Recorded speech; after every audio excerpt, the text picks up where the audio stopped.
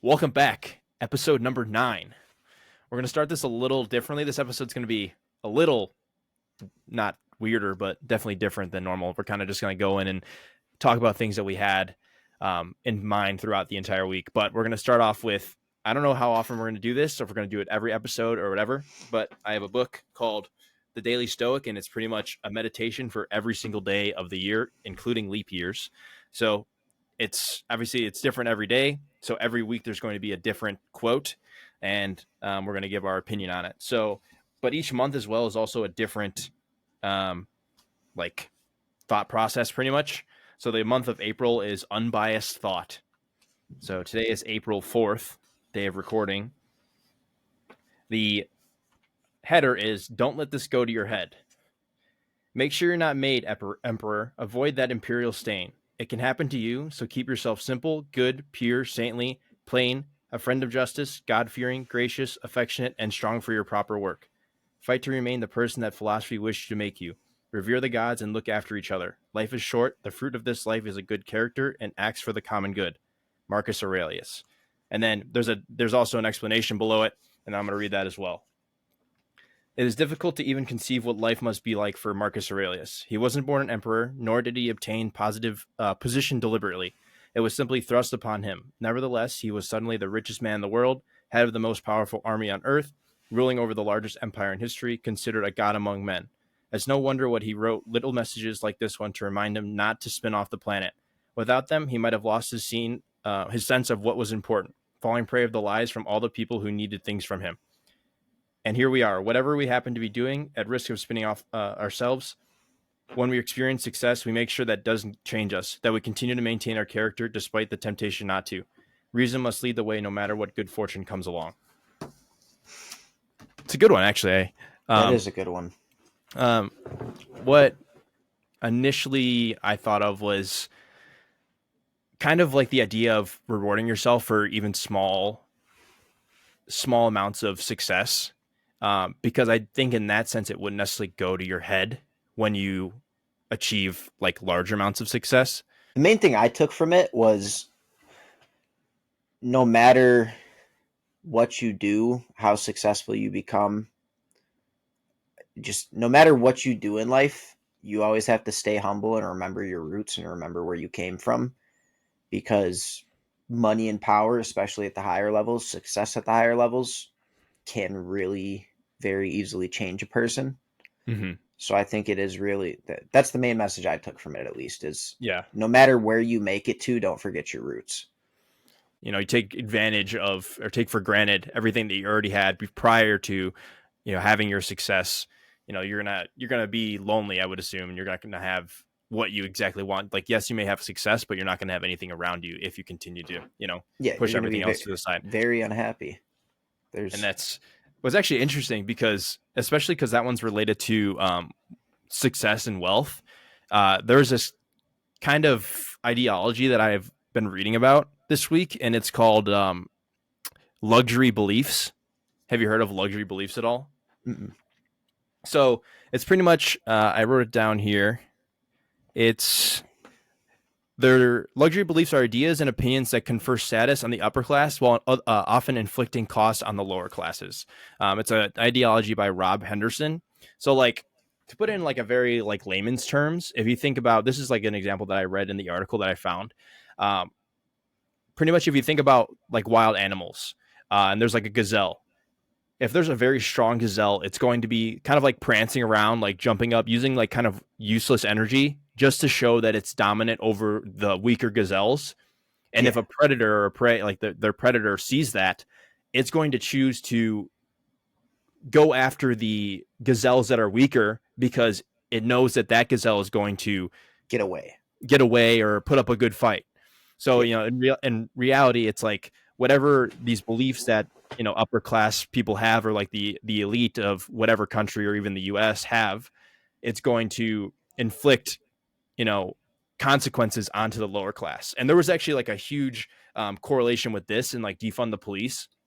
For example, it was a study by YouGov, and it showed that the highest amount of influencers or like promoters of defund the police were people of upper class, and most of those people were probably in gated communities, which they don't need defund, they don't need the police, you know. So like Be- they're telling the defund the police for the fact that they're actually there's no need for them to have it, yeah, and that's why they they're and you know how it correlates to like the lower classes and stuff, where like they can't afford to defund the police because they're like, I think the article said they're like 7 times more likely to be caught in crime or robbery or whatever. So like they can't literally can't afford to defund them. yeah. I mean, it's very much not even with just the defund the police. There are a lot of decisions that the upper class make that they think are things that are not needed in this country because they don't use them, that a significant amount of the middle class and lower class depend on significantly. But because they don't see that, because they don't ever have to experience those hardships that the middle class and lower class may go through, that they try to get rid of it. And it's always Mm-hmm. a scheme of them benefiting off of the hardships of the poorer people. Mm-hmm.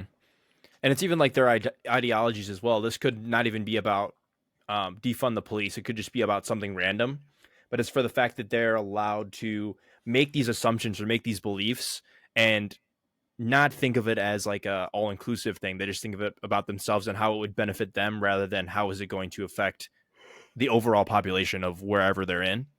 And Yeah. it's actually funny because I mean, going back to like the defund the police thing, I heard a story where this guy was taking a walk in Austin, and on this house that he saw, it had a defund the police flag on the lawn and then a private security sticker in the window.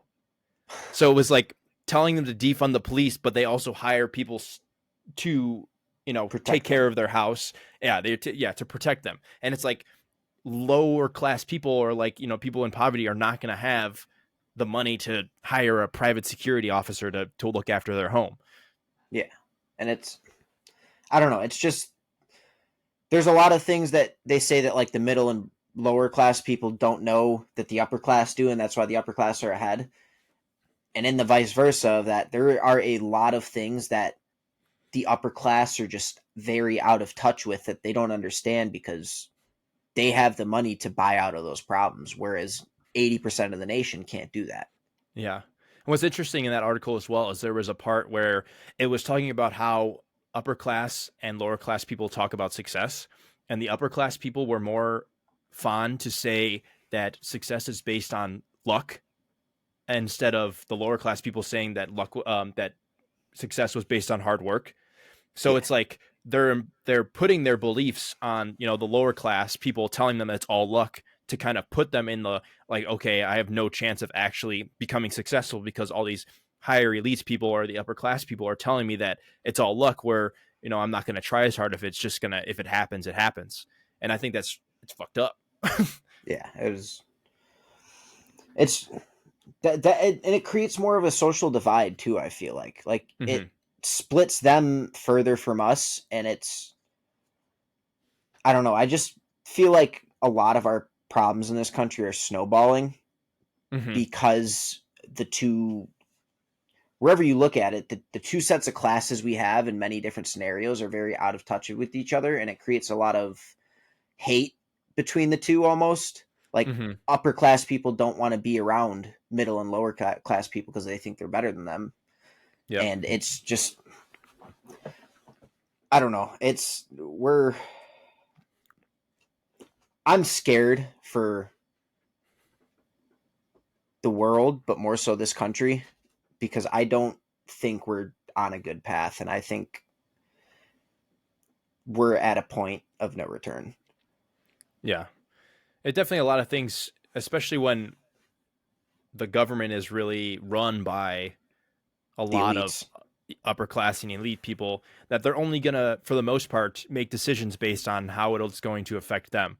Um, Obviously, I don't really look into politics that often, but seen some things obviously, and it definitely shows that, especially hearing about luxury beliefs, that, you know, a lot of the upper class, more not even just politicians or just, you know, the people in Congress and stuff, but it seems like the obviously they have more say if you have more money, and Yeah. they have the, you know, ability to shift things a lot more than someone of the lower class or someone that's in a, impoverished city or whatever, right? They just don't have access to certain things that, I would say the middle to upper class people are available, or more upper class are available, to them. Yeah, I mean, like they'll use like campaign donations to set policies that they want to see in action. They say, "Hey, I'm not going to fund your campaign unless this you're going to change this, you're going to do this." And that's Mm-hmm. just it's not possible for someone that doesn't have millions of dollars in the bank. Yeah. Cause it's like, by the time the thing is, it's like by the time they come out with like this new theory or ideology, and people are finally getting to it to maybe even give them some sort of like, hey man, that's like wrong, or there's maybe an issue with that, they already moved on to another belief that doesn't allow anybody to catch The up to newest them. the Yeah. newest trend. Yeah. And that's actually what it leads into another theory that I read about, and it's called shiny object theory. So it's kind of what you think, like the better the bigger and better something is, or the bigger and newer something is, the better you think it is. So it's Yeah. kind of like, the newest and biggest thing is the best, and it's better than old information, or like anything that's old. If you relate to like news and stuff, most of like the news that comes out isn't necessarily very informative. It's just kind of trying to, get you to click, or trying to get your, like, grab your attention. And that's, I mean, honestly, I don't read the news too often, but it's kind of that's how I kind of see it as well. Is like a lot of the stuff you do see is super clickbaity, tries to, imply a narrative that it's more important than something else. And it's Yeah. just tough to have true or have trust in, any news outlet, no matter what you watch, because they're just trying to get you to, have more, what is it called? Time on the channel, or just watch time, I guess. See, it's kind of funny that you bring up that philosophy because I didn't know like I understand it, but I didn't know that, like it was an actual like Mm-hmm. the name for it. But Yeah. I am so like I don't really know how to explain it. I'm like almost like disgusted and like very opposed to it. Mm-hmm. And it's not something that I do consciously. It's just been that way my whole life. Like, say a new video game comes out, I usually won't play it until it's been out for at least a month or two, so that I can see if other people like it. Because I don't. Yeah. I Of hate course. jumping into the new trends and the new things. I still don't use TikTok because it's the new thing, and I just don't want to use it because of it. And I Mm-hmm. wish I could, but I just can't bring myself to do it. Or Mm-hmm. like when new music releases, I won't listen to it until the album's been out for 2 or 3 months. And then I'll listen to it one time and be like, I don't like this. And then once it's been out for a while and I've accidentally listened to the songs a few more times, then I'll start to like it a little bit. Yeah. And I'm like that in like a lot of aspects too. Like I won't go try a new restaurant unless someone else I know has tried it. Even with like work, like I don't think I've ever worked somewhere that someone I knew didn't also work there. True. Yeah. I don't know if have I. Yeah, because when I worked at Mod, Neela worked Neela was there. there, When we worked at Party City, me and we you. worked together. And Austin got hired there first, I think. Oh yeah, dude, I forgot that he worked there. Austin got hired, and then me and you interviewed together and got hired together. That's fucking funny, dude. Thinking about Yeah, those times, we were getting paid 8.25. yeah, that Eight was twenty. rough. Eight We work twenty-five. a 25-hour week, and the paycheck would be like Dude, I think $220. we, I swear I made like $400 from that job. Like, I mean, it was Yeah, well, technically it was seasonal, but we could have got pulled on after. But I also was like, I'm not spending my time at working Party for City. 8.25 an hour. Dude, that sucks. And I think there's still places that probably pay people 8.25 an hour, which is I fucking think the crazy. federal minimum wage is 7.25. So there's places in this Dude, country that pay people 7.25. yeah, it's probably like a server job or something, I would assume, Well, no, or even like a busser. servers have a lower minimum wage than that. But if they don't like, it's supposed to be made up by tips. If they Hmm. don't make enough in tips to make up to the federal minimum wage, their employer has to pay them the federal minimum wage Okay. for that week.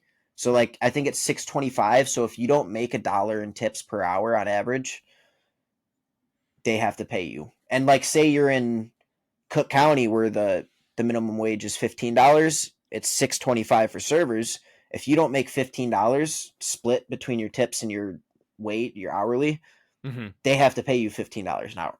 Huh. That's crazy. I'm And pretty sure that's how it works. it's funny because I heard that at Lifetime, you get if you're a trainer, you get paid hourly for the first 3 months, and then after that, it's all commission. Uh, So that's pretty interesting because you look at some of the trainers, and it doesn't even seem like they're doing much very often. So you kind of wonder like how are they actually making money, or like how are they living? yeah. So, but it's crazy because in a way we are.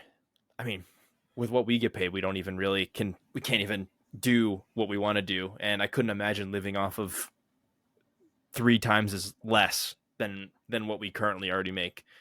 You saying that did remind me of one other thing I wanted to talk about. I know you've talked about it in the past, but like how realistic is it for you to get up and move out of state? Because I know after one of the pods we had a couple weeks ago, we were talking about that type of shit.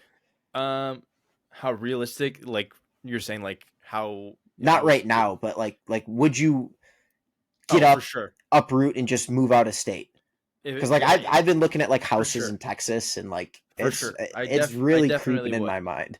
I definitely would because if I look at the you know, in I don't even know when it was, but I was thinking about moving out to Oklahoma Yeah. whenever that was. See, And if I'm looking at the money that I had at the time, I was thinking about doing it then. And yeah. not that I had no money, but it was like not significantly You, less, but it was you didn't less. have a much of a safety net if Yeah, you moved because that out was there. prior to me working 3 months, 2 jobs, 50 hours a week. Like I made a good amount of money in the time that I worked at Apple and whatever. So Yeah. realistically now I would be willing to take a hit and like my savings or like my stocks and stuff to just get up and go move somewhere because I think it would be a very good thing to do. Yeah. Um, I definitely don't want to live here my whole life. So I feel like I should at some point go somewhere else, maybe go somewhere else, come back, or maybe go somewhere else and not come back. Obviously, come Yeah. and visit and stuff. But I do think it's relatively realistic for me to do that by myself. I don't know because I don't know. I obviously have to find a good paying job to be able to support that. Like it needs to be, I need to do the math and I need to find something that's, I would need to have something lined up, have my budget and stuff lined up as well to be able to afford it, because I do think moving out is a good thing to do, but I don't know, it's iffy for sure.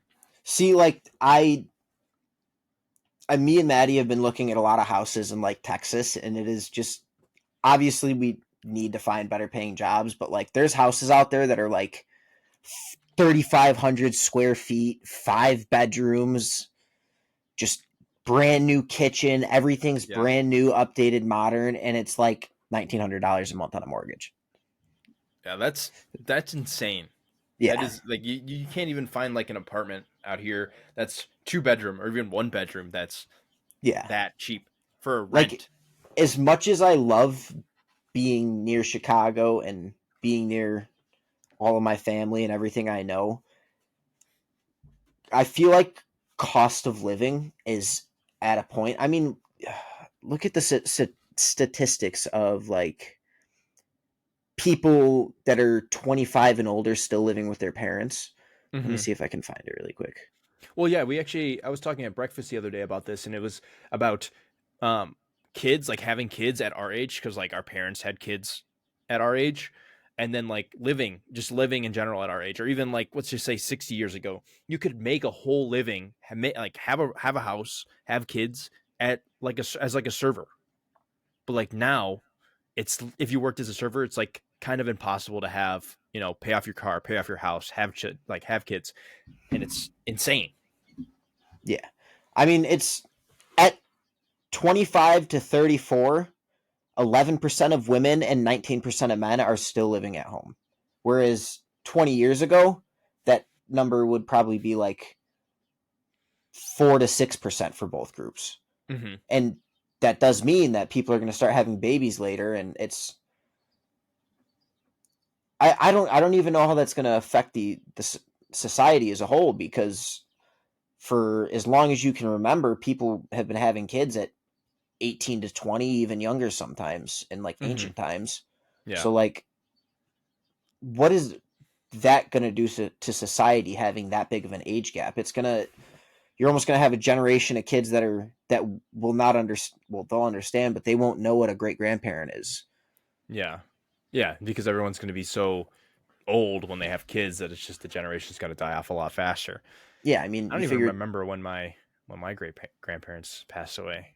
my great grandpa died when I was 8, and my great grandma died when I was like 13, but they were both unnatural deaths, so they could have lived longer. Okay. Because I mean, my I think my great grandma and grandpa were around the same age. They were maybe 3 years apart, and they were both in their 80s when they died. Mm-hmm. Or no, my grandpa was like 78, and my grandma was like 82, I think, because it was a few Mm-hmm. years down the line. But then my grandma and grandpa are 70 and 67 Mm-hmm. now. My dad's 45, my mom's 47, and I'm 24.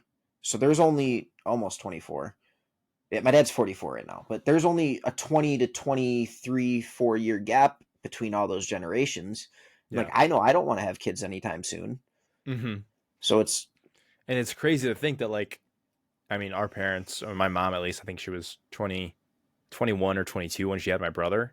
So it's like being 2 years older and not having a kid is just, you know, and I definitely don't like feel behind because like I definitely don't want to bring a child into the world without being capable of taking care of it for yeah, throughout its entire life, you know? So at what point, is that, do I hit that I'm ready for that? I'm not exactly sure. Obviously it's, with your significant other as well, like at what point can you both hit that it's safe? But even look at like what is the average cost of like having a child? Giving I birth want it costs around 20,000. 19,000. I knew it. Yeah, Yes. according to Forbes, which is fucking crazy, dude. Like that's just having the kid, not even Yeah. thinking about everything else that you have to buy. Yeah. And you know, It's got to be at least another 20 to 30,000 a year. yeah. And for me, there's no way I'm having a kid if I'm living in my fucking parents' house. No Yeah. shot. That makes no sense. Not even getting married. Getting married when I live in my parents' house makes no sense. And Yeah. that's why we think me and Neil have come to the conclusion that like until we live on our own somewhere else, that none of that's going to happen. Especially because Yeah. we want to, we still want to feel like we haven't really lived out our 20s yet. Yeah. Because we just, she just finished school, I'm still finishing school and stuff. So it's like, You haven't got to experience life at all. yeah. And you And kind of then, lose that when you have a kid. mhm. It does bring a sense of maturity. Like I think my whole mindset has changed. Instead of just like worrying about, kind of minuscule things, I do think now I think about how a purchase might affect the future, or I could be putting it towards something else. Yeah. But in reality, the idea of like having kids or getting married is like so out of the picture for the fact of how expensive having kids is. Because like if you Yeah. think about it, like if like for example, if I say that I'm not going to have a kid until I have my own house, we're probably married, and we're in a good enough income, like however much money I'm going to need, it's probably like 200K in the bank or something that I would feel like I would need to have to feel comfortable to be able to bring somebody in to this world. And who knows, like, I mean, I don't know if that's really a accurate number, but it's a safe number, I would say. Yeah. I mean, if you have 200,000 in the bank, you probably have a house paid off at least. Maybe another property that you're making residual income on. Mm-hmm. But it's Actually, also go ahead. it's hard to get to that point, I feel like, in today's society. Mm-hmm. And it makes me think about the costs for like higher education, because I was listening to a podcast, it was by Alex Hermosi. It was something about it was basically called College, Should You Go or Not, something like that. And he was going through the data and talking about how worth it is depending on how much you have to pay. So like Yeah. obviously if you can get college for a budget, or like a what is it called, like Scholarship. like a bank for your buck. Like, yeah, kind of like either like a scholarship, or you can get it some way for free by like a job. It's Going definitely to a worth it to, community college. yeah, it's definitely worth it to go for the fact that your overall income over a certain period of time, like skyrockets, like it doubles if you have a bachelor's degree, like it increases by like 500K if you just have like some sort of college done. And it's actually crazy because like if you think about it, but if you people are coming out with like $100,000 in debt, and then you think about interest, and you think they're probably paying that over 20 years. So Yeah. it's like, yes, they may be making more coming out of college, but they have a high interest payment for a long, long time. Yeah. I mean, my uncle, um, he went to ISU from the time I was like 4 until I was 8, maybe. Mm-hmm. And he got scholarships. Some of his school was paid for, and he still didn't pay off his student loans until like 2 years ago. So That's that's crazy. 16 to 18 years of loans. Mm-hmm. And he didn't find good paying work until I'd say 5 or 6 years ago. Mm-hmm. Like he was still fucking making like what we make now with a college degree Yeah. or And less. that's what is really interesting, especially like when I mean, we both have the opportunity to do it, but like with the benefit to get college paid for Yeah, it's probably more worth it to take. I mean, obviously I'm a little bit older, so I could have done it when I came out of high school, but like taking that little bit of extra time and coming out a little older with a degree, I mean, not that I've had too much experience, but I've at least been able to do a few things instead of just going straight into school and focusing on that. I feel like you're much better off taking a little extra time and absolutely not paying for it than going early and then having debt for however many years, because I'm going to come out of with a degree with practically, well, it should be no debt. So yeah, that's, who knows, I could be behind technically in my degree, but I'm ahead in the fact that I don't have to pay hundreds minimum of of thousands probably, of yeah, dollars. minimum 100K off over See, 30 years. and that's why I didn't go to college getting out of high school because I didn't think it was worth it. Everyone else, I looked at all of my friends going to all these 4 year universities, ISU, U of I, going out of state. Hmm. And as intriguing as that was, I didn't want to be in that debt because I didn't have my heart set on a career and I didn't want to go waste my money at college Hmm. for a degree that I may not use. A Yeah. degree that I had people would ask me what I wanted to major in when I went to MCC for a semester. I had no fucking clue what I wanted to major in even then. Hmm. And that's why I only did a semester there. But as much as I did envy those people that got to live that college lifestyle, living on their own for the first time in a dorm, Hmm. and just the college experience in general, it wasn't worth it to me. And I still had a lot of my own experiences that a lot of those people probably didn't get to and will never get to experience because they went into college and then straight into a career.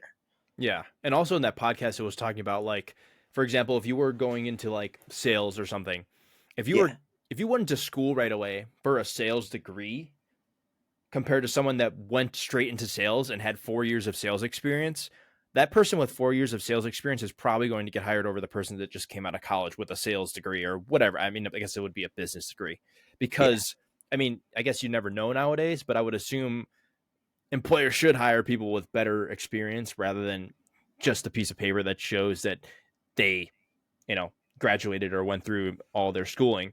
Because really, in my opinion, if you're able to do the job better than someone that has a degree, you deserve the job more than they do Yeah. because you're able to do more. Like you're actually able to do It's the job well.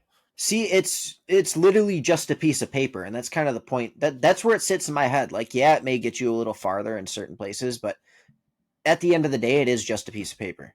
Hmm. And realistically, if you search hard enough and try hard enough, you can teach yourself anything that you can be taught in college.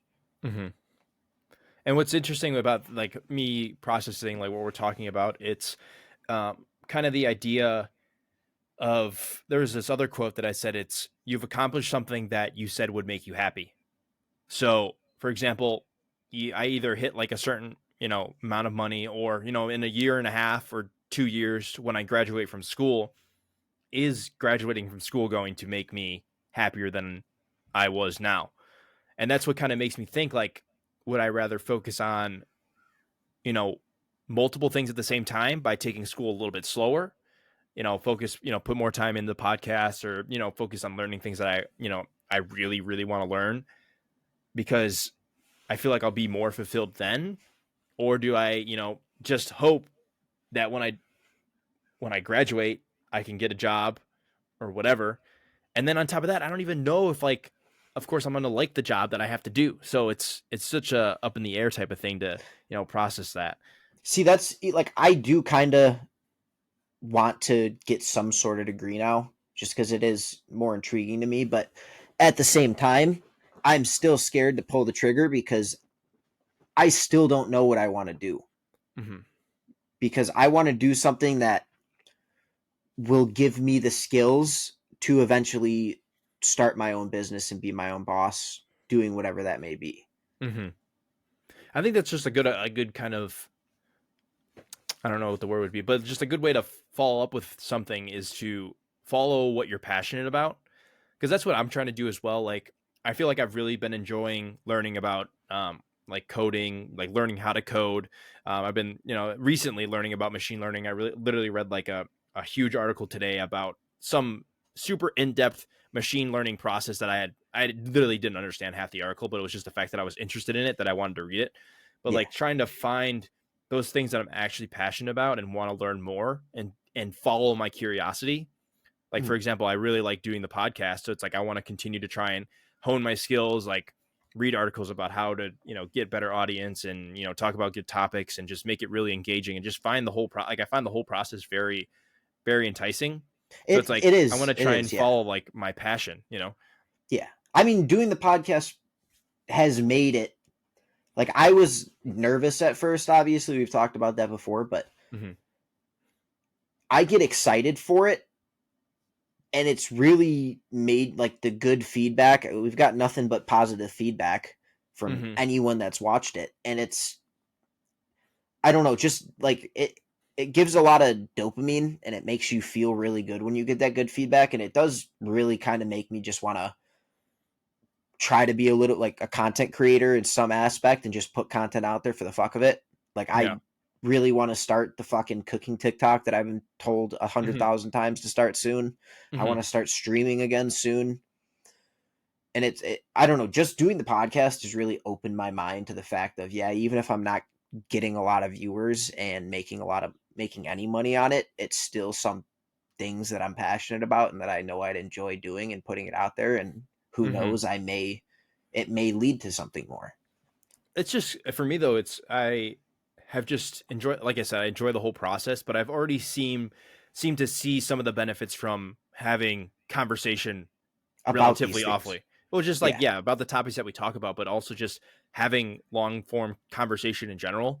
Like, I'm more open to talking to people in person, and I'm more Yeah. interested in learning about new topics because I want to have things to talk about with, people that we bring on, or have a topic that we can talk about.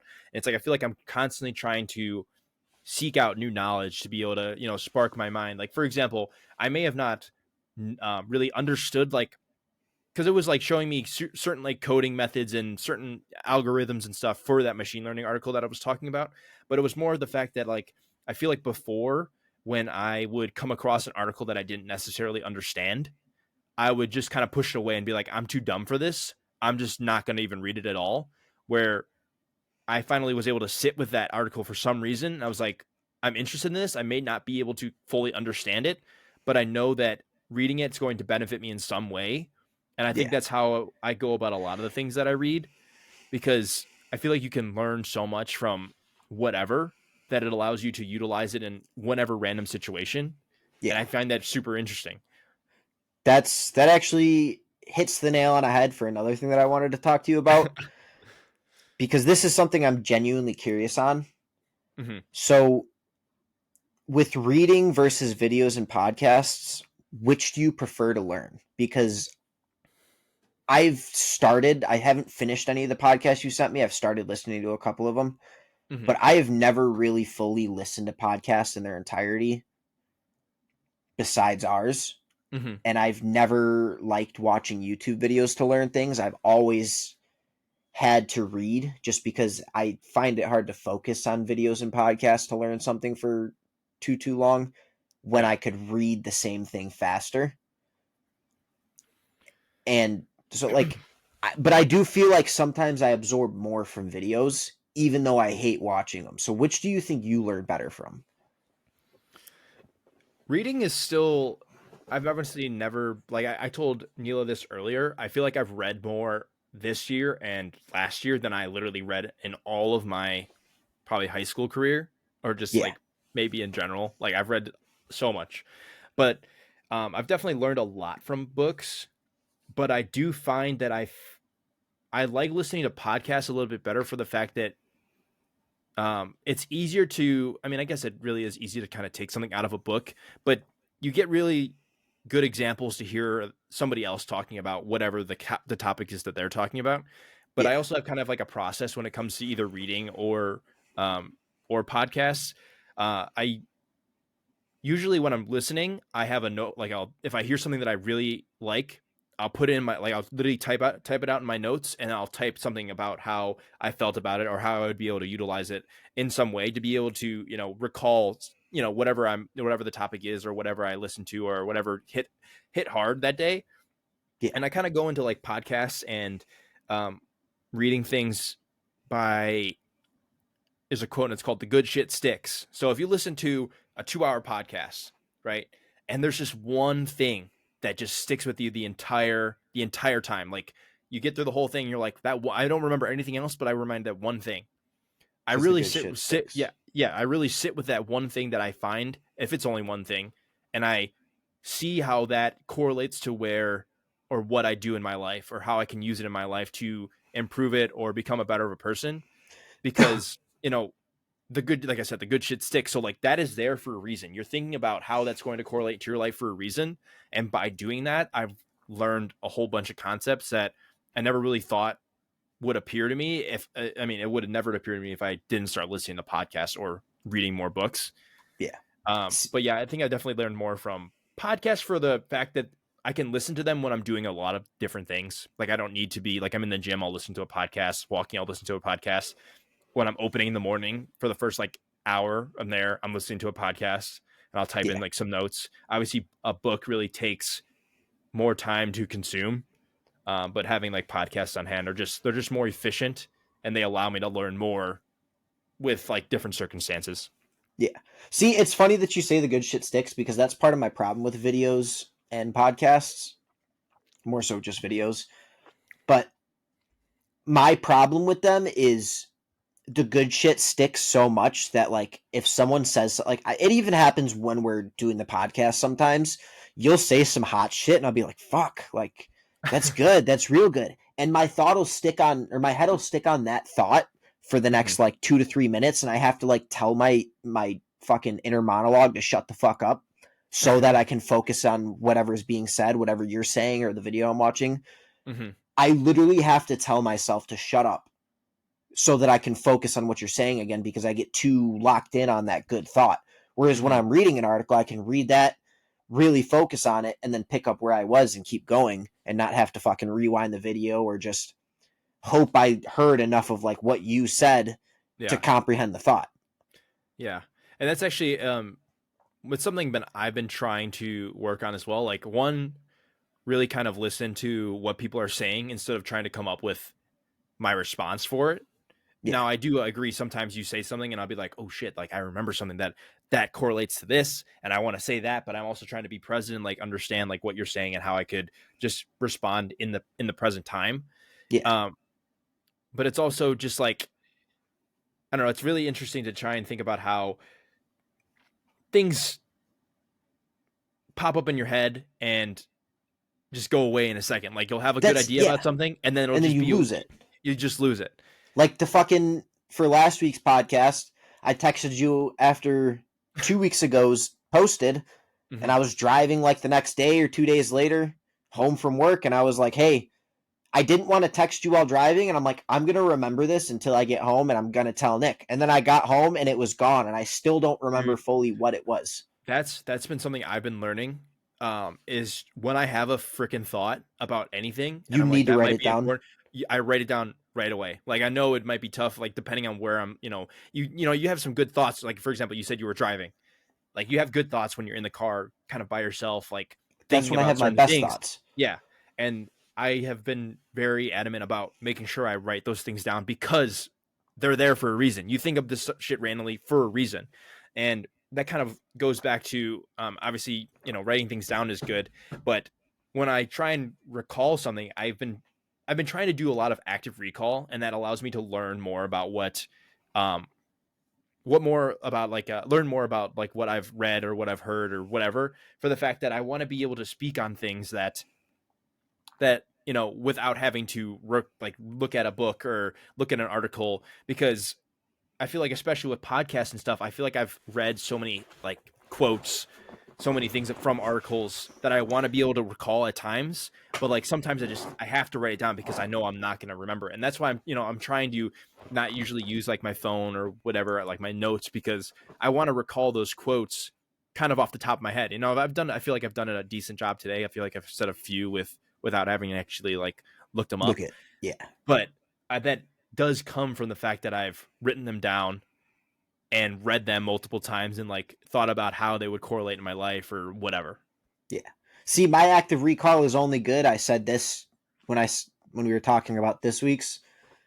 It's only good when fucking I'm reminded of the subject. Mm-hmm. Like, I have so many lost thoughts in my mind that I could not recall just trying to think of them. But when the moment strikes and that topic is brought up, I can know everything that's somewhere in my brain about it. Yeah. And that's just, I don't know. It's just really really cool to me to just be able to write something down and be able to utilize it later on. But it also, like, for example, if you're trying to, recall something, but you can't do it until someone sparks the conversation, I think that's important, because I think about this sometimes, and um, you never know how you're going to really perform in a conversation, a podcast or whatever, until somebody asks you that question, right? Until somebody sparks a specific, topic that you can, be like, oh wow, I can actually talk about that. And then I think that has been, I heard something recently. It was just basically trying to learn a little about a lot of things, so that you're able to correlate, have a bunch of different opinions. But if somebody brings up something completely random and you read an article about it, you're able to connect with them somehow. And I think that's Exact super cool to be able to do that in so many different ways, for the fact that you have so much knowledge on a lot of little things. and that's exactly how I look at it. Is I have so much knowledge on a lot of little things that I can only think of those little things when they are brought up actively in conversation. I can't Mm-hmm. just spit out random fun facts. I couldn't tell you a single fun fact about anything right now because we haven't sparked the memory. Yeah. And But this actually, go ahead. Sorry. if it got brought up though, I'd probably be able to spit out fucking Yeah. 10 on 10 different topics. Mm-hmm. It's just, you really, I don't think it's wrong. Like, it's definitely not wrong that you need a spark, because I said, I trust you enough. Like, when I text you, I said, I trust you enough to be able to correlate something. And you have, like, you just, Yeah. it's scary to go in not knowing what you're going to I talk was about. fucking terrified of this week's episode. I'm Yeah. not going to lie. And the thing is for me, like, I want it to feel supernatural. And I feel like it has been really natural. Like, we just based off a lot of things that are in our heads, or talk about concepts that we might have seen. Um, but for me, I feel like the idea, I saw this other thing, and it was by Jordan Peterson, I think. And it Yeah. was, if you output more than you input, you're just going to regurgitate everything that you have said previously. So that's why I've been trying to read a lot more about either the topics that, we might want to talk about, or just random things in general, so that we have new things to talk about. Like, I like reading, like, for example, I don't know why I started reading a machine learning book. Like, I guess it's kind of related to coding, but maybe at some point I'm going to be able to use that in an episode. Or the Daily Stoic thing, for example. I sat here and I was like, dude, I really wish I had like a freaking philosophy book. And I looked at my shelf and I was like, I do. And Yeah. I think it's a really great idea to take a meditation from this book and be able to spark a conversation from it, because pretty much that's 366 ideas, in that whole book, that we can spark any type of conversation on. Yeah.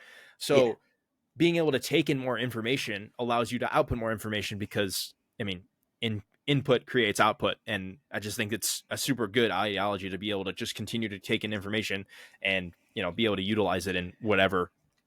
See, that's the one reason that, like, yes, I do doom scroll sometimes, but 90% of the time I'm doom scrolling, it's not on Instagram or TikTok or going through like YouTube, it's usually on either Twitter or on Reddit so that I can just read random fucking things and Yeah. learn random fucking things because I love learning random facts. Mm-hmm. I love learning about little conspiracy theories and random fucking shit that shouldn't have any use, but it's a conversation piece. Mm-hmm. And I literally, this is never something that I would have thought I have done, but I subscribe to it was like a yearly subscription. It's called the Browser. And pretty much what it is this guy sends you every day 5 articles that he just finds interesting. Literally no correlation to them at all. 5 random articles that he found interesting. And that's like, there literally could be literally about nothing. Like literally something can be about like the Roman Empire, and then something will be about Bear food. shits in the woods. And then the one today was about how literally everything is from death. Like food is from death. Like stones are from death. Like everything is a cause of death. And that just allows me to have an article random, like some random article that I can bring about some random knowledge or some point in time. And it's just, I would have never thought that I would do that for the fact that I'm so interested in a bunch of different things now. And it's super cool because I never thought You never I just would look be. at the bullshit. Yeah. And for example, like, how we promoted Opal, and I've definitely probably my screen time on TikTok, Instagram, Snapchat, whatever, has definitely gone down. But my time reading things on like articles on Safari or like Substack or Twitter. I mean, Twitter, honestly, I'm kind of like you. I do like reading things on Twitter as well, even though it's blocked sometimes. I would probably prefer to go on Twitter and read stuff. But Yeah. I've realized that the time that I'm not spending like doom scrolling or whatever, I'm actually taking it to learn about random things. And I've already like feel like I've reaped the benefits from it to be able to talk about a bunch of different stuff. And I'm curious about, 1 year's worth of consumption of books, podcasts, articles, where I'm going to be today or where I'm going to be next year today, April 3rd of next year because this year's a April leap 4th. year. Well, this year's a leap year. Yeah. Oh, yeah, you're right. So yeah, like I'm curious on how I'm going to be today, like next year. And then, for example, like I've been trying to do so many different things to try and improve my communication. Did I tell you I was doing tongue twisters? No, let's hear one. So I feel like have hard times pronouncing things. So I've been doing on my daily walks. I honestly haven't been doing my daily walks because it's been shitty outside, but I've been doing tongue twisters. So how crazy must you look out someone's fucking front window? They see you walking down the street just talking to yourself. I have one memorized, and you're gonna be like, "What the fuck?" All right, let's ready? hear it. I'll try it too. Theophilus Thistle, the thistle sifter, sifted a sieve of unsifted thistles. If Theophilus Thistle, the thistle sifter, sifted a sieve of unsifted thistles, where is the sieve of unsifted thistles Theophilus Thistle, the thistle sifter, sifted? Do you have that written down anywhere? I do not. Not anywhere. I just saw it on an article. I read it about, read it on a tongue twister article, and I just memorized it. And then there's another one, Theophilus Thistle. I literally have been driving people crazy at work because I'll be walking around saying tongue twisters at work, and they're like, "Are you talking to yourself?" I'm like, "I'm saying a tongue twister. You want to try it?" And they're like, "What the fuck? What the fuck's wrong with you?" I'm gonna start doing that at night now too. Whenever I come back. Literally like 10 minutes a day, you do tongue twisters. I've already seen, like, I literally could not say that one first. Like when I first read it, I couldn't say it at all. All right, I'm gonna try it. Theophilus Thaddeus Thistledown, the successful thistle sifter, while sifting a sieve full of unsifted thistles, must thrust 3,000 thistles through the thick of his. No, this is a different one. It's definitely a different one, but oh no, I found a harder one. All right. Theophilus Thistle, the thistle sifter, sifted a sieve of unsifted thistles. If Theophilus Thistle, the thistle sifter, sifted a sieve of unsifted thistles, where is the sieve of unsifted thistles? Theophilus Thistle, the thistle sifter, sifted. That wasn't terrible. Yeah, I can read like 3 words ahead of what I'm saying though, because I read so fast. So tongue twisters aren't as terrible for me as they are for most people. Yeah, I have that one memorized. One that was like kind of really hard for me was Willie's rear. I can't do it. So Willie's real rear wheel.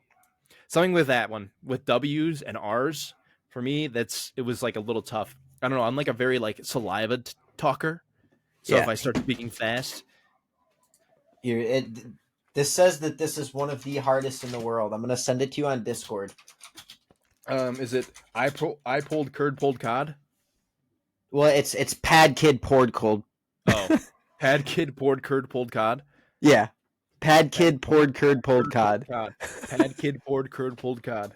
I got it. Pad I got kid poured curd pulled cod. Pad kid poured curd pulled cod. Pad kid pulled curd cold. that.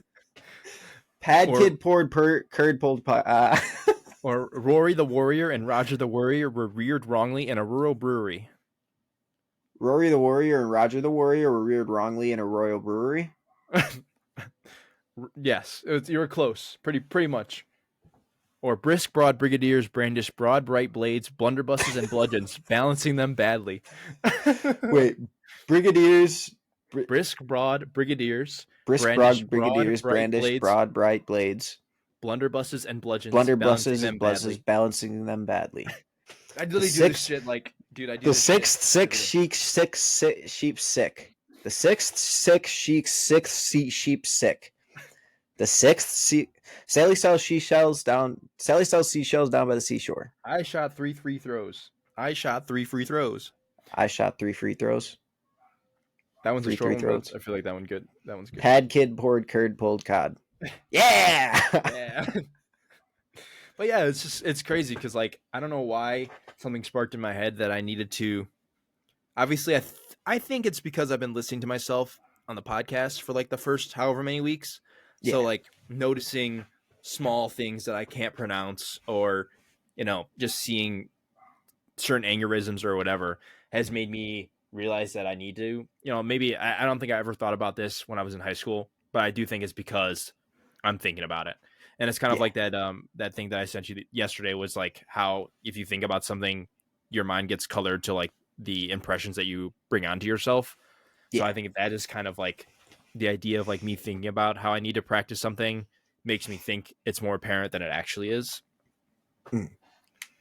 But I do think it's brought me benefit either way. Like I've had fun doing tongue That twisters. yeah, that is kind of fun. I'm just gonna start, but I'm gonna say it like you probably just mutter it to yourself.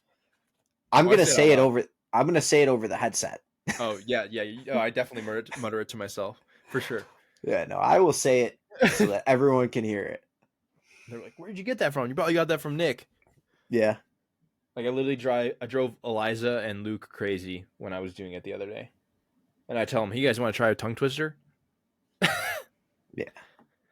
Another thing I wanted to talk about, it kind of goes back to the elites that we were talking about earlier. It's a Mhm. semi-conspiracy theory, and I want to see what your thoughts are on it. So, with obviously like all the shit surrounding Jeffrey Epstein's island and the global elite and Mhm. the Mossad and CIA running a huge sex trafficking pedophile ring to Mhm. blackmail all the global elite and the people of power in the world. Where does your head lie in all that situation?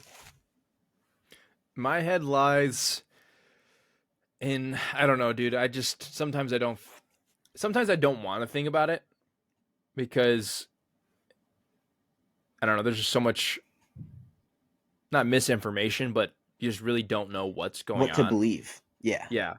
And I think that's there for a reason. Like they're trying to obviously maybe if it is going on, they're putting out this misinformation that pushes you away from the fact that it is true. But I have heard things like I would assume that you heard the thing about Wayfair and how they sell like Yeah. these big like garage toolkit things and they're selling kids in them. Yeah, with the kid's Now, name. yeah, and it's like it's really hard to believe certain things, because there's no actual evidence. So for me, it's not like I want to be ignorant to it. It's more of just like I can't necessarily do anything about it. That I don't really look into that much because it's not going to it doesn't necessarily affect me. Like I know it's fucked up and it's terrible. Yeah. Um, but I'm not sure. It's not just like a topic I really Have talk delved about much often. into. Yeah. See, like the thing that the main aspect of it that I look into a lot and I have done a little bit of research on is how many of these people of power or people of success and fame that have killed themselves have actually been fucking killed by the powerful people of the world and set up as a suicide.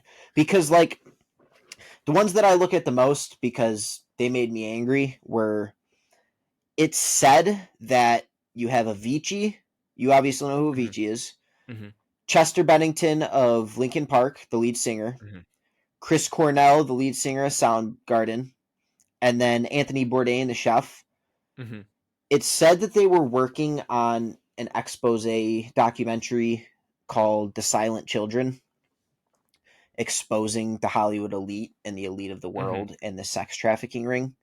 Yeah. And all four of them died by suicide by like hanging themselves from a doorknob with their belt. And they were all Hmm. apparently working on this project together. And Hmm. now there is like no proof of the project ever existing.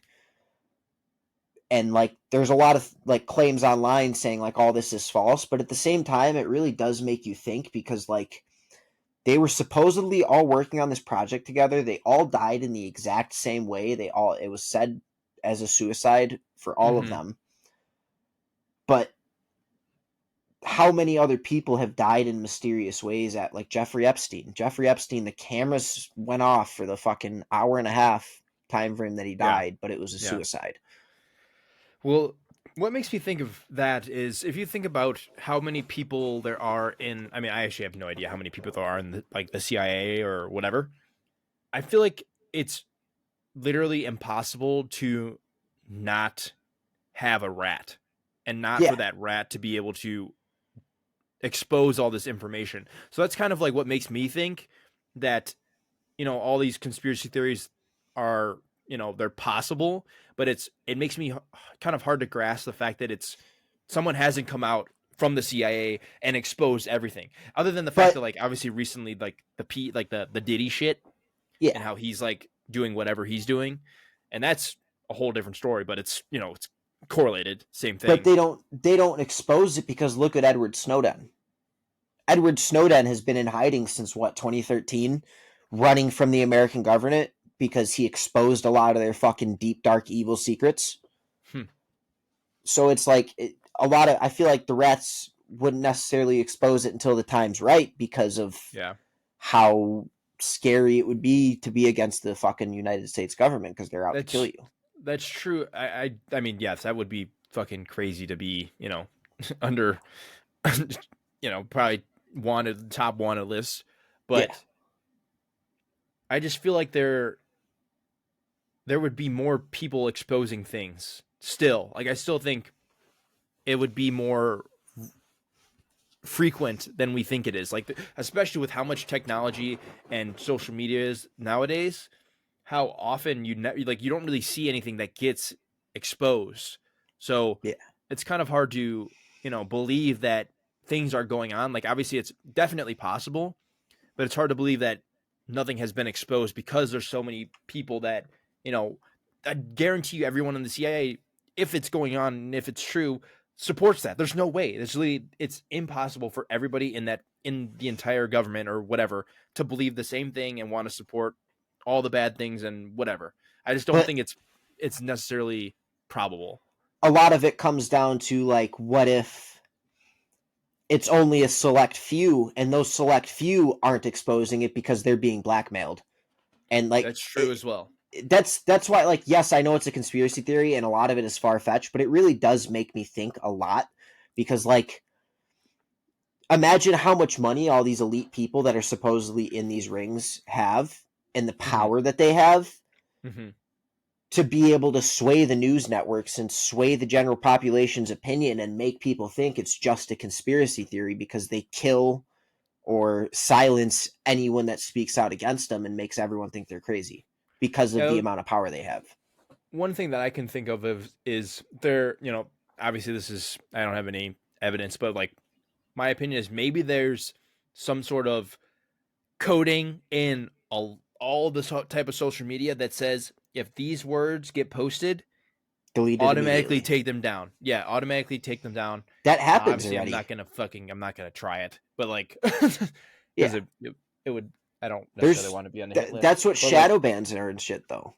Yeah. So there's like, yeah, there's a way of silencing the person who comes out, even, if it's true or if it's not true, because it's just going to spread, beliefs that will go around and can turn into a lot of different things. And they must have a way to prevent these conspiracy theories to be believed or thought by, the entire population, rather than just Yeah. like a small percentage of it. Well, I mean, the only thing that I think is also really interesting with like that topic in general is if you look at the amount of, if you look at the map of like missing kids that goes through in the entire U.S., they all correlate with like The the cave national maps. parks and the cat in the cave maps, which is what the fuck else would you think is going on? Like I don't know what, like that would make sense in a way, like that has to be where they're going if they're getting taken or whatever. Yeah. That just would make sense to me, at least. That's what I think. See, like I saw this tweet today too, though. I really wish I would have saved it because there's probably zero chance that I find it. But it was this. I forgot what position he had, but he was someone with some sort of like notoriety, and Mm-hmm. he went on a like burner Twitter account and tweeted out the CIA and Mossad are running a giant pedophilia blackmail ring.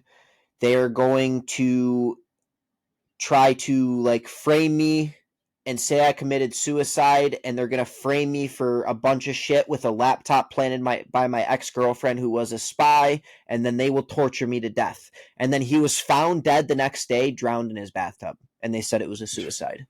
So they're like, yes, as crazy as it sounds, there's so many of these little Coincidence. instances, Yeah. yeah, coincidences of these things happening, that it's like, when do you say enough is enough, and like this is too many coincidences and it's not a coincidence anymore? Because I've seen so many little instances of these things that if you're not scouring the internet and like that type of stuff isn't in your fucking feeds, you would never know, and you'd think that the bigger stories that come out are conspiracy theories because you haven't seen the smaller stories because they've been covered up so well. Mm-hmm. That is really interesting, Because and the I don't elites know it. control the media. So Mm-hmm. you don't see a lot of these things in the media because there's media blackouts on them because the elites don't want these things to go out. Mm-hmm. At that The point, news I cycle is don't. controlled by the elites. Yeah, yeah. I mean, it's just chosen by a few editors that decides what goes out, and that's what you kind of think. Like, if something you see, especially like the Diddy stuff, like how I haven't really read up on it, but I'm not sure how it got exposed that he was doing whatever he was doing, He if was a he was doing, diddler. if he Did he was did did he the did he the diddler?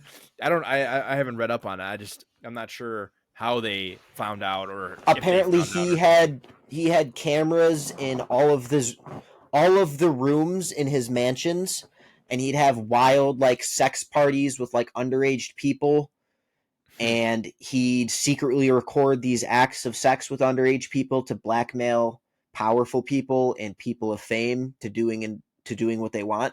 Hmm. And it's That's kind of like you look at that and like you think like Diddy's not doing this himself. Who's he a puppet for? yeah, yeah.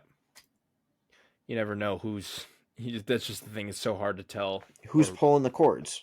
yep, who's the puppet master? Yeah.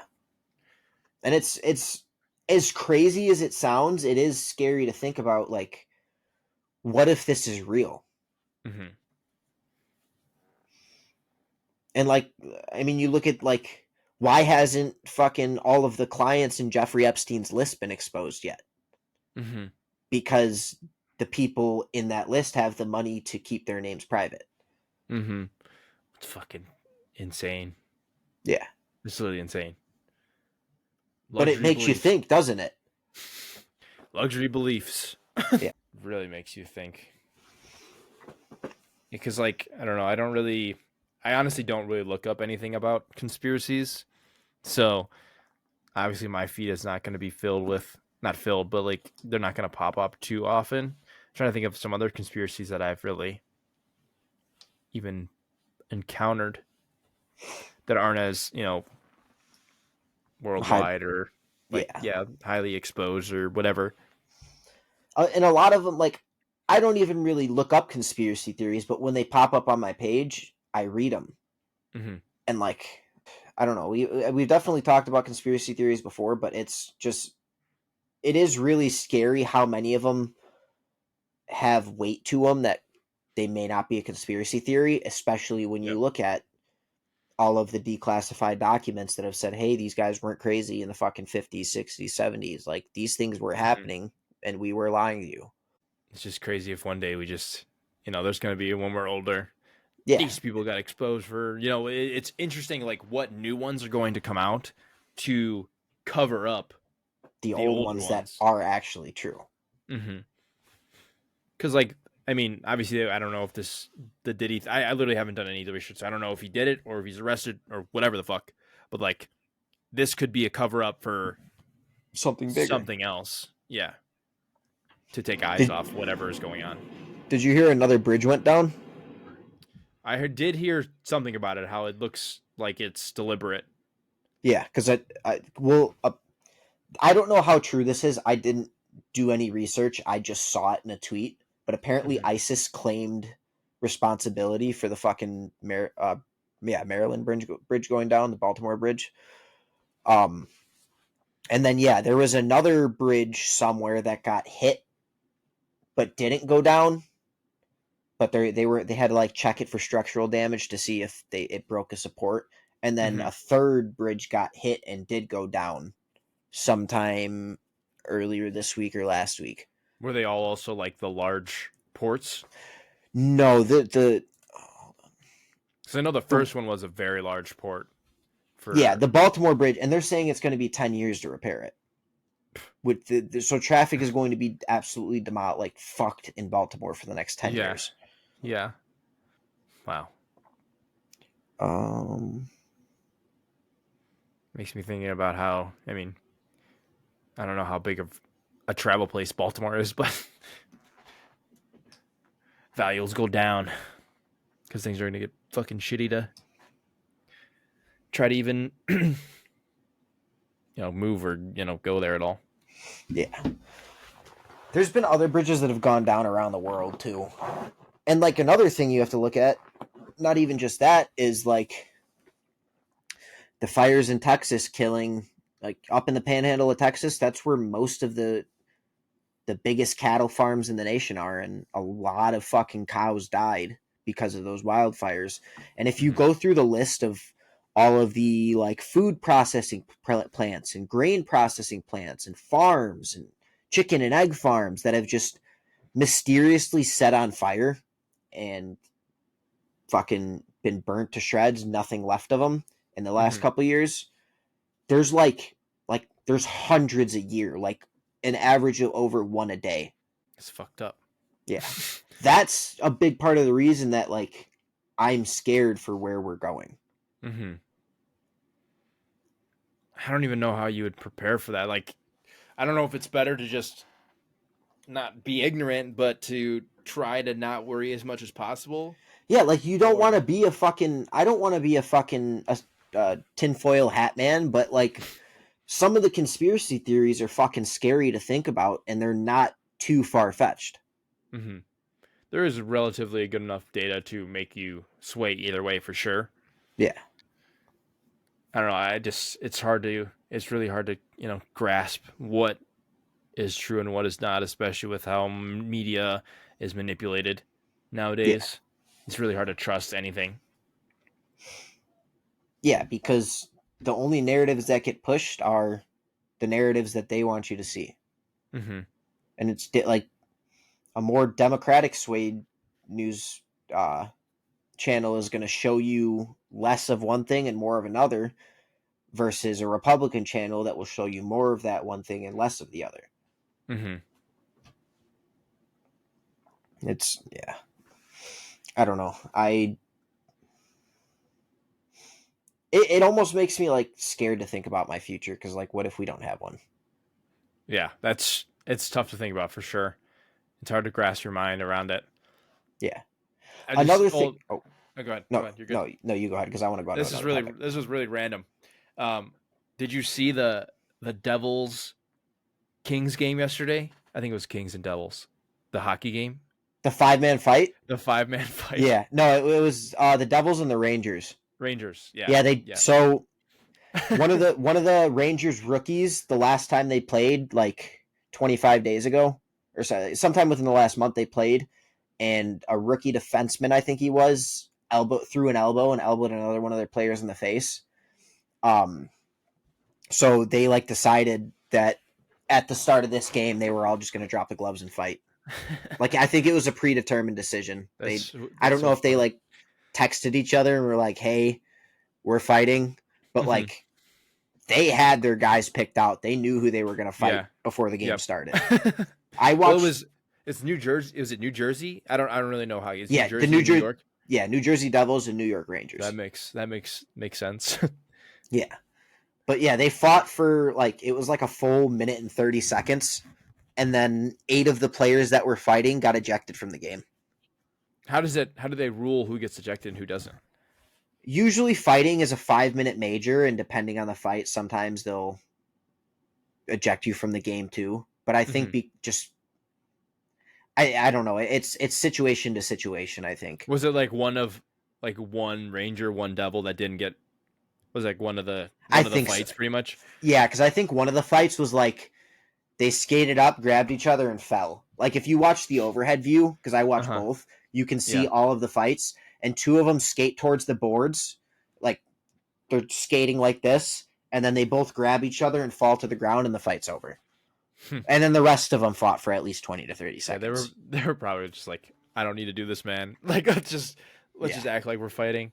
And that's funny because related to hockey, my dad bought a PS5, and throughout like my childhood at our like Thanksgivings and stuff with my uncles, and my uncles and cousins, we would play NHL.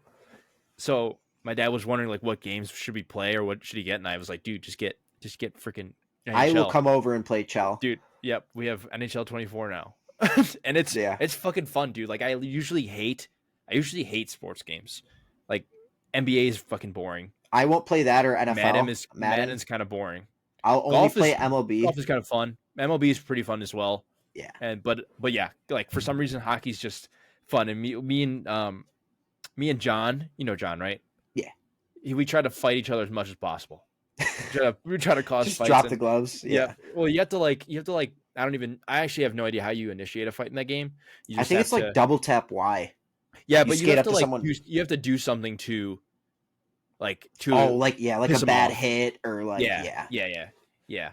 But that was funny. We just been playing NHL and we've been trying to get in as many fights as possible. Man, I'll smoke you guys. I had a year where I grinded fucking. It was like 21 or 22 or maybe it was like 19. There's been a couple NHLs that I've had and grinded, but one of them I played like probably 200 hours of it that year over the course of the year. Mm-hmm. I'm trying to do it was really easy back.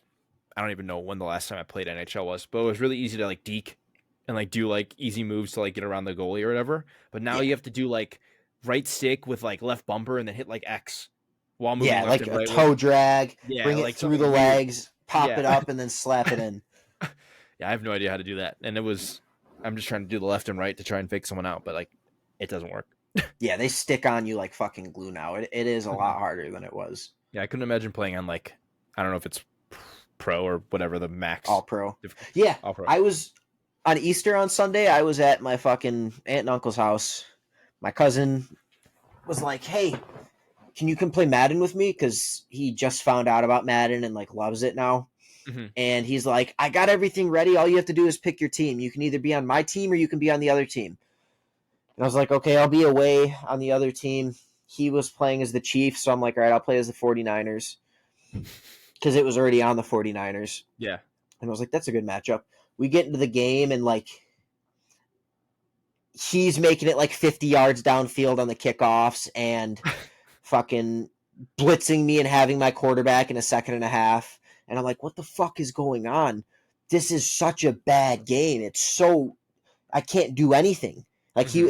his receivers were open for every pass. My guys couldn't cover him, but then his were locked down, and I was 4 in, Mm-hmm. 4 out. And I was still, it was like a tie game, but it was significantly harder than it should have been. Mm-hmm. And then I'm like, Connor, did you put yourself on all pro? Or did you put yourself on rookie difficulty and me on all pro? He's like, yeah. Dude, kids will do anything to get a one up on you, I swear. Yeah. But I honestly never really understood how like competitive Madden worked anyways.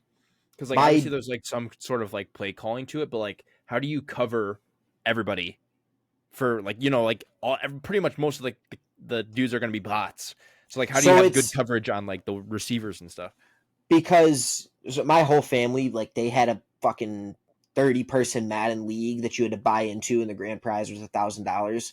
When I was growing up, still, like, probably up until I was like 12, my dad and two of my uncles played in it. Mm-hmm. Um, and it's really just like knowing the game of football and knowing what coverages to do based on their lineup and how they're set up. And usually it's user versus, like, you let the computers play against each other because Mm-hmm. they're gonna run their routes and they're gonna cover the routes that are being run depending on Mm-hmm. what defense you chose, and vice versa. And then you just do user on user and you try to play defense on the user player that's obviously going to be better than the Yeah. computers. Yeah. Huh. That's interesting. I just remember throwing it Hail Mary every time when I played Madden when I was younger. Yeah, that's what I would do too. Because if you hit one out of those 4 Hail Marys, you're 40 yards downfield and you only got to hit Mm-hmm. one more. Yep. It's just I honestly never really got into. I never really got into sports games, which is crazy because I would go into Rocket League when we played Rocket League. I was like, dude, I hate sports games. I'm not gonna like this. And then I spent however many hours playing Rocket League. Not that And I'm you're like, good, but like it's fun. yeah. It's fun to Yeah, freaking Rocket fly League in the is. air and spin and hit the ball and And once you miss. learn those new mechanics in Rocket League, it was like that's what leveled me up and made me start playing, like, enjoying the game and really grinding it. Was Mm-hmm. once I changed my controls and it was easier to, like, jump and boost at the same time and I could start Yeah. aerialing. I was like, holy fuck, this is fun. But I feel It's like just it's a lot different than a regular sports game, though. I feel like yeah, definitely. There's different aspects to it. Obviously, it's not realistic because you're not fucking able to. That would fly be your sweet. car. Fly your car around, yeah. What was the topic you were gonna bring up earlier? Um, why do you think it is that our parents, the older generation, and even our grandparents, don't understand how different the economy and world are today versus when they were our age? Like, I feel like you hear a lot of kickback from parents, like, when I was 21, I had a kid and I was living on my own already. And I feel like there's really a gap in, like, their understanding of society now. Mm-hmm. I do think it has a correlation to lack of social media because they don't see as much as kids nowadays see, or even us. Like we see a lot more information at a faster pace than they would. Yeah. Um, but it's also all that they know. Like they kind of, for example, if I relate it back to the book that I read that was like the outlier book where it talked about success in different areas based on, when you were born or where you were born or whatever. Yeah. Realistically, if they're born in that certain period of time, like not obviously not all the parents and people like our parents' age believe that it's just as easy to get a job nowadays as it was back then. But it was kind of like the parents that do, I think, believe in that. That's just in a way that's all they know. They were growing up at that time, growing up in a certain time that puts them in that aspect and mindset that if you just work hard or, if you do certain things that you're able to succeed in a certain way.